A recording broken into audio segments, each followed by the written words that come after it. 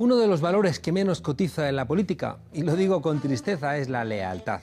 Y eso afecta, insisto, lo digo con tristeza, a toda la política. Me gustaría decir que en las nuevas formaciones las cosas son diferentes, o que es una cosa solamente de la derecha y no de la izquierda, pero no es verdad. Ahí está Errejón, que anunció que montaba otro partido justo el día en el que el partido que abandonaba cumplía 5 años y su amigo Iglesias estaba de baja por paternidad. ¿Y qué decir de Ciudadanos?, donde los cuchillos le han cortado los hilos a Albert Rivera, que le había cortado los hilos a Valls, o a Roldán, o a De la Torre, o a Vázquez, que le había cortado los hilos a Nart, e incluso a Arrimadas, y que ahora lleva a Arrimadas a cortarle los hilos a la marioneta Igea. Del PP, ¿qué decir? La lealtad dentro del PP a veces la solventan a tiros, ¿eh? La lealtad en el PP solo existió mientras se mantenía firme la memoria del caudillo. Cayetana Álvarez de Toledo insulta a sus compañeros del País Vasco que se han jugado la vida. Cifuentes insulta a González porque ha robado más que ella. Esperanza Aguirre insulta a Cifuentes. Soraya Sáenz de Santa María a Cospedal. Cospedal a Bárcenas y Aznar. Aznar a todos, que para eso le paga a Murdoch. Pero llegamos al PSOE, donde parece que algunos solo quieren ser leales a sí mismos, a sus egos y una concepción de la política que dice que no hay nada por encima del interés personal de los cargos políticos. Y en el PSOE sería bueno que determinados cargos fueran leales con su propio partido. Parece que hay algunas personas en el PSOE que no son leales con las siglas históricas y tampoco claro cómo van a ser leales con los socios de gobierno, es decir, con Unidas Podemos. Todo esto está feo, porque solamente sirve para alimentar a la derecha, esa que si pudiera dinamitaría la democracia en España. Estos escándalos que están saltando y que en el fondo no lo son, que son pequeñas rabietas de gente que quiere mantener un pequeñito espacio y que no entienden que su grandeza está vinculada a la gestión conjunta del gobierno. Tengo que decirles, compórtense un poco, que ya son ustedes mayores, que seguro que pueden y que la idea de un gobierno de cambio al cual están mirando en toda Europa y en buena parte del mundo amerita que sean ustedes personas generosas. ¿De acuerdo? Venga, pues entonces nada más, que bienvenidos a la frontera, desobedientes.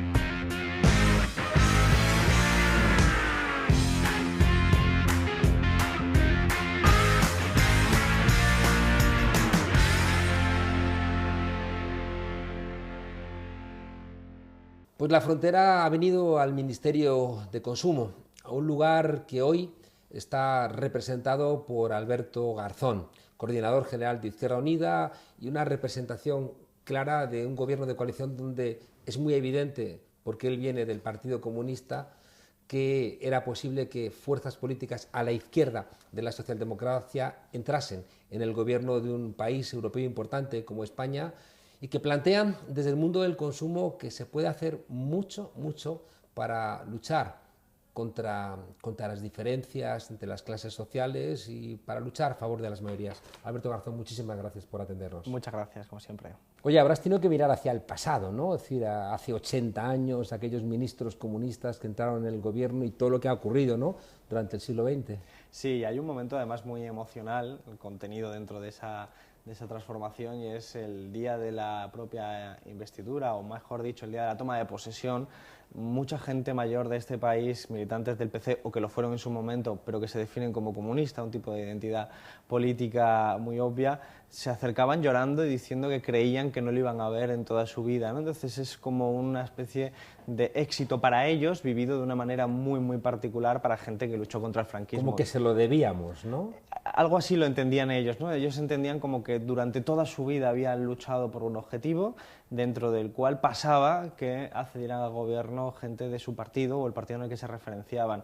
Y esa es una expresión emocional de procesos muy potentes que están ocurriendo, porque efectivamente, desde un punto de vista ya más político, es obvio que el hecho de que haya un gobierno de coalición con comunistas y personas que han participado o participan del Partido Comunista dentro es un hito histórico que no se puede despreciar. Claro, es que la gente que ha querido participar en el gobierno de España durante el siglo XX los han matado, los han encarcelado, los han torturado y además este país ha sido muy injusto con la gente que ha hecho eso. Es decir, estamos hablando de un ejemplo de Marcos Ana, que quizás ese sea un ejemplo paradigmático y por eso lo citamos tanto, una persona que pasó 20 años de su vida, más de 20 años de su vida en las cárceles franquistas, luchando como símbolo también de esa lucha antifranquista y apenas ha tenido un reconocimiento de Estado por parte de la democracia que él contribuyó, como tanta otra gente anónima, a construir, ¿no? Entonces hablamos de un sector de la población que en gran medida se ha visto, es responsable, y lo saben, de la construcción de la democracia con todas sus limitaciones, pero no se ha visto reconocido en el posterior desarrollo de este país. Es que en Alemania la gente que atentó contra Hitler son héroes nacionales, incluso tienen fiesta nacional, y aquí no sabemos la gente que se jugó la vida queriendo acabar con el dictador y trayendo la democracia a España. Son las características propias de nuestra propia transición y la comparación con esos otros países que tienen una matriz incluso constitucional de carácter democrático, antifascista. En nuestro país esto no ha sido así y hay unas diferencias de trayectoria muy notables. Y la existencia de un gobierno de coalición con miembros del Partido Comunista dentro supone un punto de inflexión muy grande y ayuda a repensar también esa fase de la transición para mucha gente que nunca se lo cuestionó. El otro día en la comparecencia al Congreso el diputado y portavoz de Vox me decía que estaba atormentado por la existencia de un comunista o la participación de un comunista en el gobierno. Me lo decía en la sala constitucional, justo detrás mía estaban las fotos o los dibujos, los cuadros de los padres de la Constitución, incluyendo a Jordi Solé Tura, claro, un comunista. Es decir, ayuda también a derribar mitos y a romper argumentarios falsos. Oye, sin embargo, en tu despacho tienes muchos cuadros de derrotas. Me ha llamado la atención, ¿no? Comuneros, Torrijos, una huelga que seguramente la reprimieron a sangre y fuego. Pero quizás fue exitosa. Desde luego las huelgas simbolizan muchas cosas, pero también tienen una gran capacidad de éxito. Pero es verdad lo que dices, la izquierda está llena de una ética de la derrota, conmemora muchas veces elementos de derrota. Creo que eso es parte de nuestra historia, porque al final cuesta avanzar y cada paso hacia adelante implica muchas derrotas previas. La historiografía liberal en nuestro país así lo ha reflejado. En más de 200 años ha habido muy pocos episodios en España de victoria de las fuerzas progresistas, siglo XIX y siglo XX, y yo creo que es hora también de que seamos capaces de conmemorar. Todavía me queda espacio en el despacho para poder conmemorar alguna que cosa. Entraba en el despacho del primer ministro comunista y que iba a estar, no sé, el tipo poniendo la hoz y el martillo en el tejado del Reichstag, ¿no? Y resulta que está el pobre Torrijos a punto de ser fusilado por los Borbones. Claro, y es parte de una necesidad también en nuestro país, de que la izquierda sea capaz de ofrecer una lectura y una tradición de país, una tradición de lo que es España, conectada con coherencia con ese pasado, ¿no? Hubo en nuestros tiempos ese republicanismo federal, ese liberalismo radical, ese socialismo y ese anarquismo que se nutrían de experiencias históricas, incluso de derrotas, pero también de victorias, la gloriosa, la Revolución la Gloriosa, las insurrecciones que hubo en aquellos años. Bueno, creo que la izquierda de hoy tiene que aprender del pasado, no para replicarlo. Nosotros no estamos aquí para hacer un museo de los tiempos pasados, sino para aprender de esas historias y proyectar los anhelos de futuro pues en nuestra actividad cotidiana. Oye, yendo a la práctica concreta, se ha montado un escándalo a derecha y también a izquierda, ¿no?, con la ley del juego, que era uno de los elementos que también ha protagonizado una buena parte del movimiento social en España, planteando que las casas de juego eran lo que desempeñó la heroína durante la transición, como un sumidero para la gente joven. De la derecha te han dicho que quieres prohibir los cromos de los niños, ¿no? Sí, se ha mezclado un poco de todo. Lo cierto es que nuestro país carece de una regulación de la publicidad de la ley del juego, o sea, de lo que es el juego de apuestas y de azar. Prácticamente puedes poner cualquier mensaje en cualquier formato publicitario y a cualquier hora. Y entonces esto es lo que estamos viendo, una explosión de publicidad ofrecida por unas grandes empresas que han estado haciéndose de oro, básicamente por las casas de apuestas presenciales, que es un foco bastante peligroso y que además es el elemento central de este debate. En mi barrio hay una enfrente de una universidad. Claro, pero además es que es un problema social. Nosotros hemos incidido en el ámbito de la publicidad y somos los porque hemos decidido dar un primer paso fuerte, pero desde luego un primer paso de muchos otros, regulando la publicidad de forma estricta. El 80% de los anuncios que hay hoy en día no se van a poder realizar, el 20% restante tienen que cambiar radicalmente para no ser tan agresivos y no incitar tanto a ese tipo de consumo. Era lo más rápido, la vía más eficaz para hacerlo rápido, pero hablamos de un problema que, como bien has dicho, tiene una incidencia social enorme, especialmente en barrios desfavorecidos, tiene un componente de clase muy notable, pero no olvidemos que es un problema social y, por lo tanto, no hay un vínculo, digamos, 1-1 entre publicidad y consumo. Desgraciadamente, el tabaco ha demostrado con la experiencia que, siendo un sector totalmente prohibido su publicidad, el consumo de tabaco sigue subiendo. Estamos ante un fenómeno social y el problema tiene que ver con cómo hemos diseñado nuestras ciudades. Hemos hecho ciudades como país en las últimas décadas y especialmente en los últimos 5 años, en las que, bueno, hemos dejado de tener espacios deportivos, espacios verdes, y hemos incentivado la construcción de salones de apuestas, de lugares donde el ocio de los jóvenes prácticamente tiene muy pocos incentivos para ser un ocio saludable. Prácticamente a los jóvenes, como sociedad, digo, le estamos mandando el mensaje de tu diversión, tu ocio tiene que darse en el ámbito del consumo capitalista, en un centro de comercial o en el consumo de las apuestas y los juegos de azar. Estos son competencias autonómicas, los de los salones de juego, vamos a ver cómo lo abordamos, pero estamos ante un problema social que va más allá incluso de esas expresiones patológicas que se pueden derivar del consumo de azar, como la ludopatía. Tiene que ver con el ocio de la ciudad y qué ofrecemos a los jóvenes. Ahí planteas una cosa muy importante, que quizá tenemos un mal diseño político, porque los ministerios, al estar compartimentados, creen que pueden solucionar las cosas de manera aislada, cuando, como bien planteas, son cosas generales. Es decir, si tú, para evitar que la gente fume o que la gente tenga un consumo poco saludable, le tienes que poner un instrumento musical o le tienes que poner un balón, la solución no pasa solamente por el Ministerio de Consumo, tienes que hablar con Hacienda, claro, tienes que hablar con muchos más elementos. Claro, nosotros tratamos de analizar la sociedad a través de una perspectiva cartesiana y compartimentamos todo, lo que facilita el análisis, facilita medir las cosas, pero la realidad es fluida, la realidad mezclada, tiene, claro, unas fronteras difusas entre los diferentes ámbitos.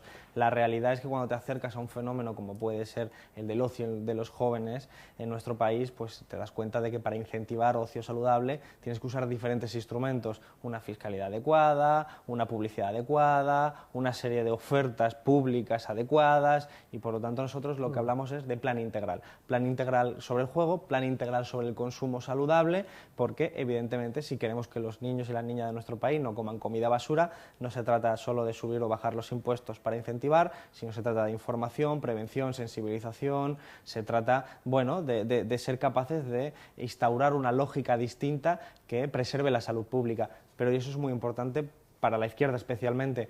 Son procesos graduales y son procesos que tratamos de abordar problemas generados durante décadas y por lo tanto no se nos puede pretender que en 40 días los resolvemos, porque es falso, no es posible así. ¿Ha costado sacar a los famosos de la publicidad?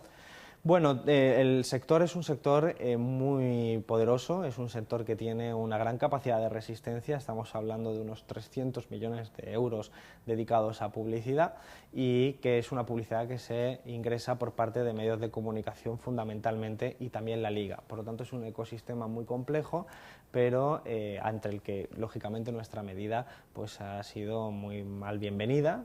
Es verdad que ellos ya la tenían amortizada, hay un acuerdo de coalición que dice que tenemos que regular la publicidad de forma similar al tabaco, por lo tanto ya cuando nosotros tomamos posesión, incluso hubo un desplome en bolsas de algunas de esas empresas bastante notable que no se han recuperado ni probablemente se recuperarán. Sin embargo, el día siguiente, como sí que alguna de ellas no, porque las bolsas reflejan siempre las expectativas de beneficio futuro, entonces en cuanto nosotros llegamos y se hizo público nuestro acuerdo de coalición, cayeron a plomo, y luego cuando vieron que el proceso que hemos iniciado por características técnicas es gradual necesariamente, aunque llegue a fin igualmente que se hubiera sido de forma directa, pero en otros tiempos y otros plazos, impuestos por la legislación, tuvieron un repunte y luego volvieron a bajar pues, al calor de también la volatilidad propia del sistema financiero, no solo de la cuestión específica de las casas de apuestas. Por parte de la izquierda también se ha criticado la ley del juego, que como que fue una montaña que parió un ratón. Hay un elemento ahí que es sincero y es de preocupación, porque estamos ante un problema social enorme, no se ha hecho nada durante 9 años, hay un Real Decreto que quería regular la publicidad que hasta 2 veces no pudo salir porque los gobiernos finalmente no lo sacaron adelante y había una gran expectativa de que se podía hacer de forma directa, cosa que técnicamente no era posible. Pero luego también tengo la sospecha de que hay una tradición en la izquierda que se ha expresado en otros ámbitos que tiende rápidamente a identificar que cuando las cosas no salen exactamente como a uno le gusta y en el tiempo que a uno le gusta, identifica una teoría de la conspiración. Yo creo que eso es una herencia del pensamiento funcionalista que está muy inserto en la izquierda, que acaba pensando que todo lo que pasa es para beneficio del sistema. Y a veces las explicaciones son más complejas, no todo tiene que ver con que el sector que es poderoso ha intervenido para diseñar la ley, sencillamente hay restricciones legales, puede haber errores, puede haber mil Pero cosas. el hecho de que el fútbol sobre todo se libre bueno, no se de la libra el posibilidad fútbol, de regularlo. lo que se libra son las competiciones deportivas a partir de las 8 de la tarde, de hecho 7... Que no es el corazón de la publicidad. Sí, de las apuestas sí, el juego es mucho más amplio, pero las apuestas efectivamente están muy vinculadas al deporte y nuestro país, pues como el fútbol es el gran rey pues, del deporte, pues es donde están ahí. Lo que ocurre es que nosotros teníamos que ir a un paradigma regulatorio necesariamente, porque lo que hacemos es que para que las medidas puedan estar en vigor este año, teníamos que empezar desarrollando el reglamento de una ley, y la ley dice que la publicidad es legal. Por esa razón nosotros teníamos que mantenernos dejando espacios de publicidad, y ese espacio de publicidad que dejamos muy regulado, estrictamente regulado. La inmensa mayoría de los anuncios que se ven, incluso en ese espacio, no van a poder hacerse de esa manera, está solo estricto para el horario, digamos, de protección infantil reforzada a partir de las 8, solo y cuando haya un evento deportivo. Todos los eventos deportivos antes de las 8 no pueden hacer publicidad, y aquellos que sean a partir de las 8 de forma muy restringida y solo durante ese espacio. Es una parte de las 100 medidas que hemos aprobado, que son un paso de gigante, porque ahora mismo estamos en la ley de la selva y que, insisto, es el primer paso. Van a venir muchas más, de hecho ya hemos anunciado la de los videojuegos, que de nuevo ha desatado no solo la reacción de la industria, en este caso del videojuego, sino también de medios de comunicación de la derecha política, que ha dicho aquello de los cromos, que el ministro Garzón va a prohibir los cromos infantiles, cuando no hacemos referencia Malditos a eso, comunistas. sino a una herramienta que existe y que genera mucho negocio dentro de los videojuegos, que promueve el uso compulsivo de compras, de microtransacciones, un niño o una niña que le pide 5 euros al padre, 10 euros, para tener una camiseta de un jugador de fútbol que en su juego le va a permitir tener un mejor equipo. Y es azar, tú echas los 5 euros y a lo mejor la camiseta de un buen jugador o no. Es un algoritmo, entonces si no te gusta le pides otros 5 euros a tu padre o a tu madre. Incluso eso se está sucediendo en menores, igual que en el deporte, en otra serie de videojuegos. Mueve una cantidad ingente de dinero y sobre todo está educando en el juego de azar y en determinados uso compulsivo a gente de 13 y 14 años en nuestro país. En un país, a mí siempre me estremeció que los dos anuncios más caros de la televisión, que era el último del año y el primero del año, eran de lotería, de Navidad. No dejaba de estremecerme que la apuesta fuera, jueguen a la lotería, que a alguno igual le va bien, ¿no? Nuestro país es un país curioso. El 85% de la población reconoce jugar algún tipo de juego, es un mercado muy amplio, muy eso, pero somos un país judio-cristiano, donde el juego no está bien visto. Y por lo tanto conciliar esas dos relaciones es complejo. Es complejo. No es como el mundo anglosajón, que tiene las apuestas, por ejemplo, en su ADN, por decirlo de alguna manera, han convivido con ellas y lo tienen muy naturalizado. La legislación sobre juego inglesa o norteamericana son absolutamente laxas. Nuestro país tiene una tradición judio-cristiana.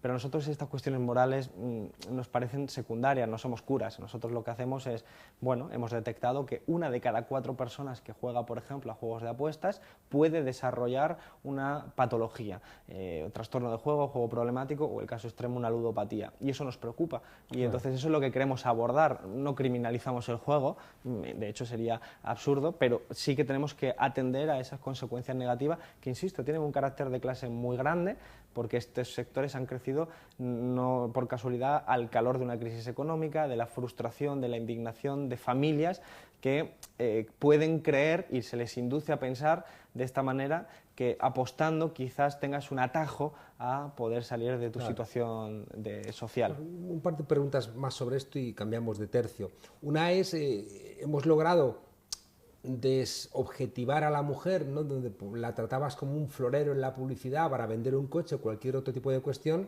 Pero ahora la publicidad está utilizando neuromarketing, está acudiendo, ¿no?, a la biología para seguir vendiéndonos cosas sin que siquiera nos demos cuenta. Claro, y además la capacidad de las grandes empresas para poder profundizar en la naturaleza humana y entender cuáles son nuestras debilidades es enorme, mucho más que la de cualquier Estado.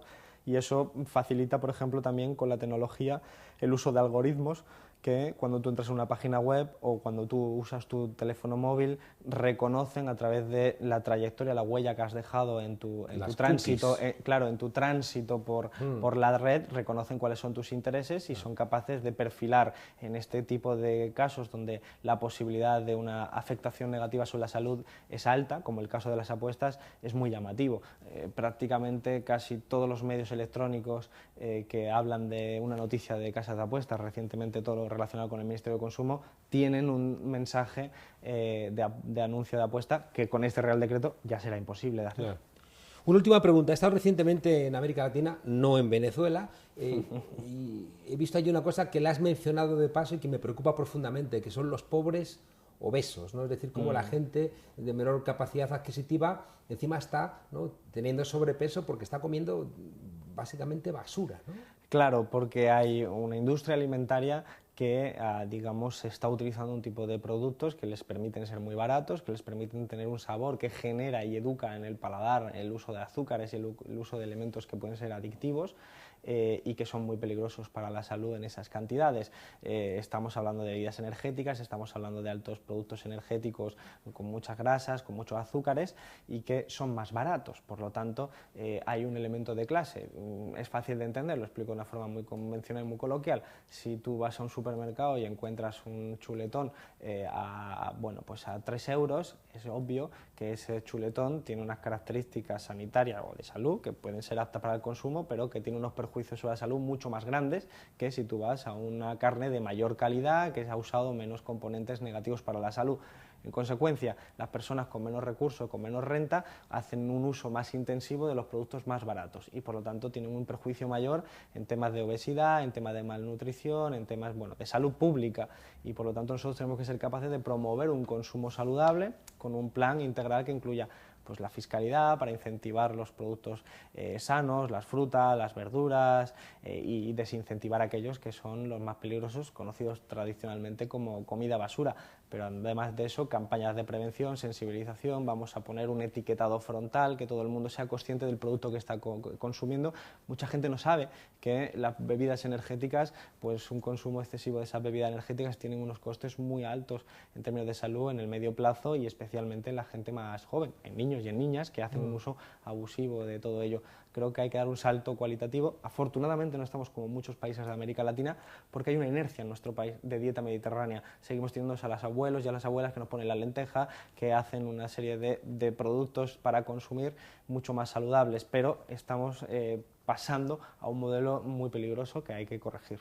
Ministro, el Partido Comunista siempre viene de una tradición teórica fuerte, ¿no?, que le ha hecho posicionarse frente al sistema capitalista, frente a la explotación laboral y frente a pues, los elementos negativos, ¿no?, que acompañan a este enorme desarrollo de las fuerzas productivas del que es capaz el sistema capitalista. Sin embargo, todo lo que hemos hablado hasta ahora son meros parches, ¿no?, al sistema, que parece que entonces que el comunismo entra en el gobierno solamente para gestionar de una manera más decente el sistema capitalista, o se puede ir un poquito más allá.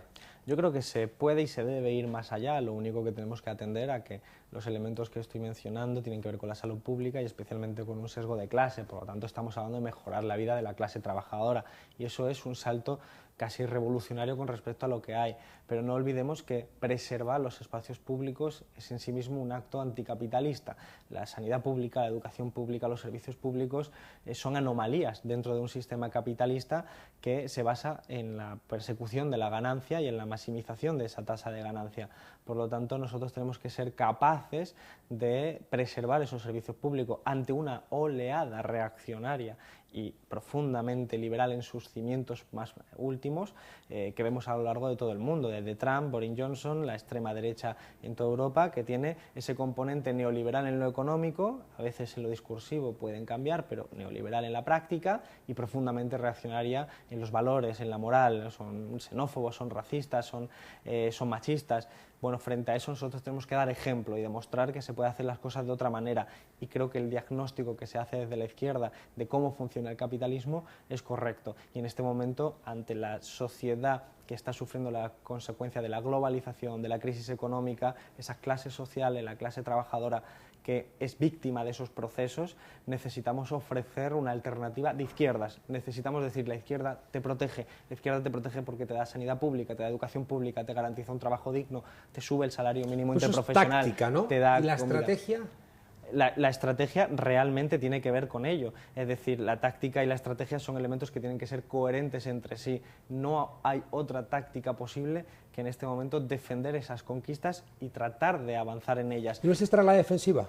En este momento sí, porque en este momento estamos ante un contexto internacional de ofensiva reaccionaria. No es menor lo que está pasando en Grecia, en Hungría, en Dinamarca, en Estados Unidos, en el Reino Unido o en Brasil de Bolsonaro. Es decir, estamos ante un contexto internacional en el que parece que la derecha ha tomado una posición ventajista de los perjuicios de la globalización neoliberal que la propia derecha promocionó, el neoliberalismo y la globalización. La izquierda ha tenido fases interesantes en América Latina, que desgraciadamente están siendo asediadas en este momento, y nosotros tenemos que ser capaces de, partiendo de la realidad concreta, hablamos de una izquierda en el gobierno dentro de España, hablamos de otras experiencias, creo que la experiencia de Jeremy Corbyn, aunque no ganara, es interesante, la de Bernie Sanders y todo su elemento discursivo es interesante, son focos que de momento vamos en desventaja frente a los gobiernos prácticos, las políticas prácticas. La estrategia se construye también a través de esa táctica, pero sería muy sencillo decir,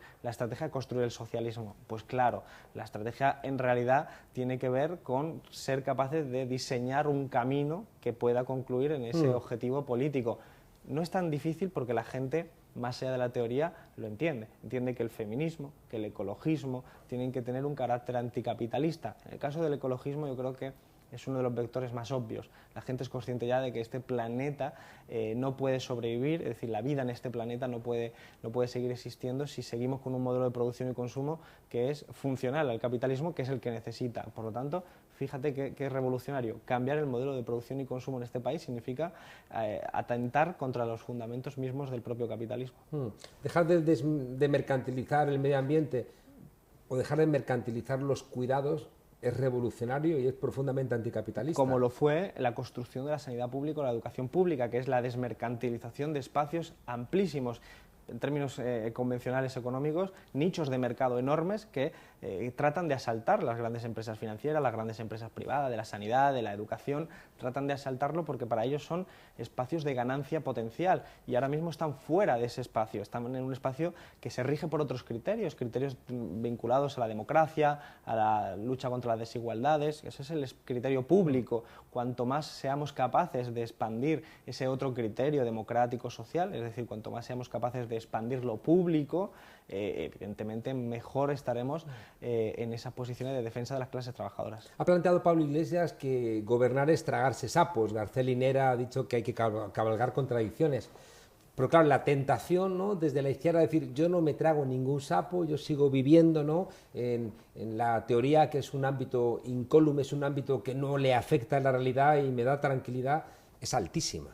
Claro, pero no hay nada más revolucionario ni nada más marxista que entender que la contradicción es consustancial a la vida, a la propia biología, a la propia política, a la propia realidad social. Evidentemente uno tiene que ser capaz de gestionar esas contradicciones y de hacerlo de manera que te fortalezcan. Y eso es lo que conlleva las responsabilidades públicas.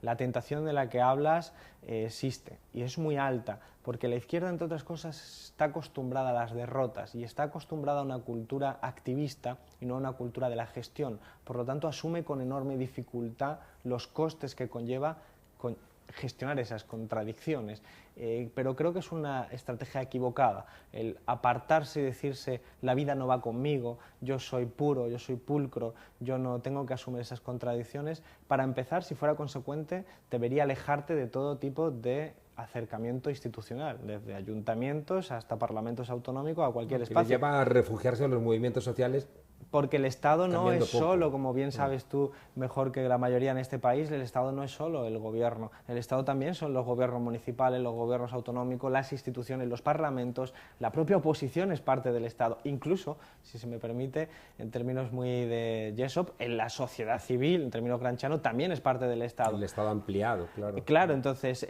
la idea de yo me refugio en un movimiento social que tradicionalmente en nuestro país es pura descripción empírica, es marginal, es algo que es muy autocomplaciente, porque evidentemente te permite conllevar las contradicciones de una manera prácticamente fácil, porque no existen, pero no es efectivo. Y la pregunta que nos tenemos que hacer es, ¿qué instrumentos elegimos para cambiar la vida de la gente? Y si el instrumento que yo estoy eligiendo es un instrumento marginal, no estoy consiguiendo mi objetivo. Por lo tanto, los instrumentos que debemos asumir, yo creo que tienen que convertir los deseos en realidad. Y eso, normalmente, la historia lo dice así, la vida lo dice así, supone asumir contradicciones. Siempre y cuando esas contradicciones no te lleven por delante, es algo normal.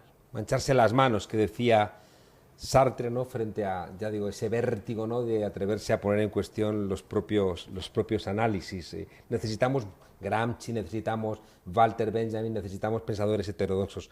Para irnos, ministro, el último socialista antes de Sánchez, ¿no?, que se atrevió a meter gente a su izquierda en un gobierno fue Mitterrand, ¿no? Aquello recibió muchas presiones porque en Yalta y Potsdam, en el año 44 y 45, se estableció que no podía entrar nadie en el campo europeo a la izquierda de la socialdemocracia. Estaba prohibido por el gendarme mundial que era en ese momento los Estados Unidos.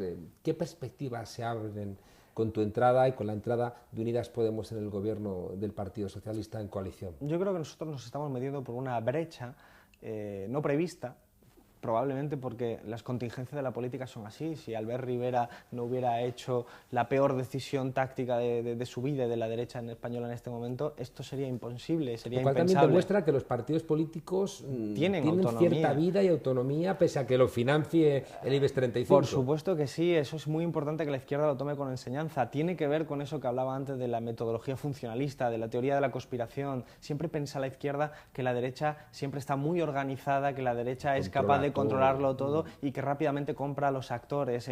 Siempre existen conspiraciones, siempre existe gente reuniéndose, pero la vida es mucho más compleja y la realidad es que hoy nos estamos metiendo por una brecha no prevista, con muchos retos por delante, muchas posibilidades de pisar a un suelo resbaladizo y que nos caigamos, muchas posibilidades, pero también existe algo de oportunidad de que podamos no solo superar algunos retos españoles muy importantes, como la cuestión territorial, la cuestión social, sino que seamos capaces de ser una cierta bandera a nivel internacional, de decir, frente al crecimiento de la extrema derecha, España da un ejemplo de hacer las cosas de otra manera. Yo creo que eso es muy importante, porque los contextos son algo que nuestro país no se ha educado a entender, sobre todo la política internacional, la geopolítica, aquí se habla muy rara vez de ello, pero que Mitterrand no pudiera hacer aquella estrategia, no solo tiene que ver con que en abstractos fuera imposible, eso es el discurso liberal o el discurso socialdemócrata conservador, tipo Felipe González, tiene que ver con el contexto en el que fue, y es que lógicamente los años 80 es precisamente los años que, como bien sabes, surge el neoliberalismo, se fortalece a partir de la experiencia de Pinochet en el 73, después Margaret Thatcher, Ronald Reagan, es decir... Una ayudita previa de Juan Pablo II. Efectivamente, entonces el voluntarismo no existe. El voluntarismo es algo que digamos está muy bien para los deseos, pero la realidad se construye en un mundo interrelacionado donde la correlación de fuerzas existe. Y creo que hoy en día estamos ante una oportunidad. Es una oportunidad compleja, pero que necesitamos transitar, porque en política siempre escoges entre alternativas realmente existentes. Por eso creo que hay que criticar a ese cierto izquierdismo que dice, es que esto que has hecho no me gusta, a mí me hubiera gustado que fuera así. Me parece excelente, pero el voluntarismo es absurdo para la práctica política. Eliges entre realidades, y la realidad es que si nosotros no asumimos ahora las contradicciones, la alternativa es o un gobierno mucho más a la derecha, o que efectivamente, como existe el riesgo y la amenaza, las sombras oscuras, por decirlo metafóricamente, de las derechas reaccionarias tomen el poder en nuestro país, y eso los alinea con el resto de Europa, pero la clase trabajadora en este país lo sufriría mucho. ¿Sigues teniendo tiempo para escuchar a la gente? Porque para llegar aquí esto es un laberinto que no llega a nadie, ¿eh? Sí, pero la verdad es que nosotros estamos aquí lo justo e imprescindible para facilitar el trabajo, y lo cierto es que nosotros no olvidamos sabemos no solo de dónde venimos, sino que somos representantes mandatados por una organización política, un espacio político enormemente democrático, y eso es fundamental, que cuando uno entra a las instituciones sepa para qué quiere entrar en las instituciones, tenga un objetivo político, porque entrar por entrar, hablamos de instituciones muy poderosas que te pueden comer a los 2 días. Alberto Garzón, coordinador general de Izquierda Unida, ministro de Consumo, miembro de Unidas Podemos, y una persona que a toda esa gente que realmente fue la que trajo la transición, esa gente que pagó con su cuerpo y muchas veces con sus bienes, el que aquí pudiéramos tener democracia se ha visto, ¿no?, de alguna manera recompensada con tu presencia aquí como ministro. Desde la frontera te prometemos traerte un cuadro de la 9, esos republicanos españoles entrando a liberar París. Una ¿no? victoria, claro que sí. Una victoria clara, ¿no? Para Yo que, encantado. para que no haya tanta derrota, que si no nos vamos a entristecer. Nada, está claro. Muchas gracias, Alberto. Muchísimas gracias, Hasta de pronto. verdad, gracias.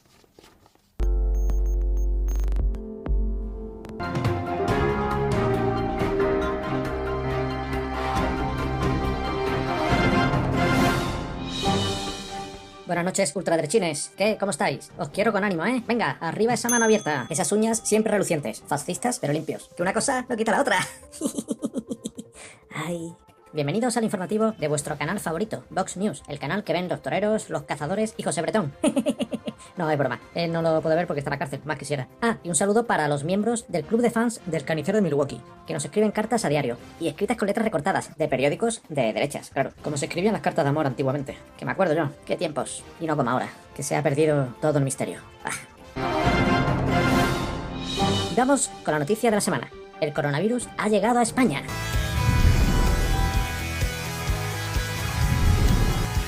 ¿Dónde vais? ¿Lo de realización? ¿Flipaos? Bueno, vamos con el coronavirus. Ya sabéis que ha contagiado a más de 100 personas, han muerto 2, creo, bla bla bla bla bla bla, números, datos, bullshit. Para evitar el contagio, lo más importante es lavarse mucho las manos, constantemente. O haz como yo, acepta $1 millón de tu padre, inviértelo en negocios inmobiliarios, estafa, extorsiona, hazte amigo de abogados chungos, fórrate hasta las trancas, cuando pierdas todo tu dinero, acepta pasta de los rusos a cambio de luego dejarles interferir en las elecciones de tu país, conviértete en presidente de los Estados Unidos y aprovecha tus influencias para contratar a un séquito de personas dedicadas exclusivamente a limpiar todo aquello que estés a punto de tocar. Pomos de puerta, manos, tetas o culos. Es muy fácil. Y una vez dado mi consejo del día, vamos a lo que quería contar. El productor teatral, amigo de la casa, Conrado Rodríguez de Ahumada, se ha adelantado a todos lo de su gremio y ya está a punto de estrenar Coronavirus, el musical, con música de Nacho Cano. Conrado nos cuenta de qué va. Cuando me senté a escribir este musical, pensé, las pandemias matan vidas de inocentes, pero por otro lado, dan dinero a mucha gente, a los más listos. Mejora la raza. Un virus pandémico no es ni bueno ni malo. ¿Quién soy yo para juzgarle? Yo solo quiero que el público se divierta y se contagie con la música. Se contagie. ¿Lo pillas? Y ahora vamos a publicidad. No os vayáis, que luego a la vuelta no os perdáis... Bueno, haced lo que queráis. Da igual. Que no, que es broma, que no hay publicidad. Es que quería ver la cortinilla esa que me mola. Además, este programa es mío, hago lo que me da la gana. Y tenemos que acabar ya porque he quedado. Que tengo ahora una aquelarre. Si tenéis alguna queja del programa, mandad una carta escrita a mano a la dirección que aparece ahí en la derecha. Venga, hala, adiós, chao.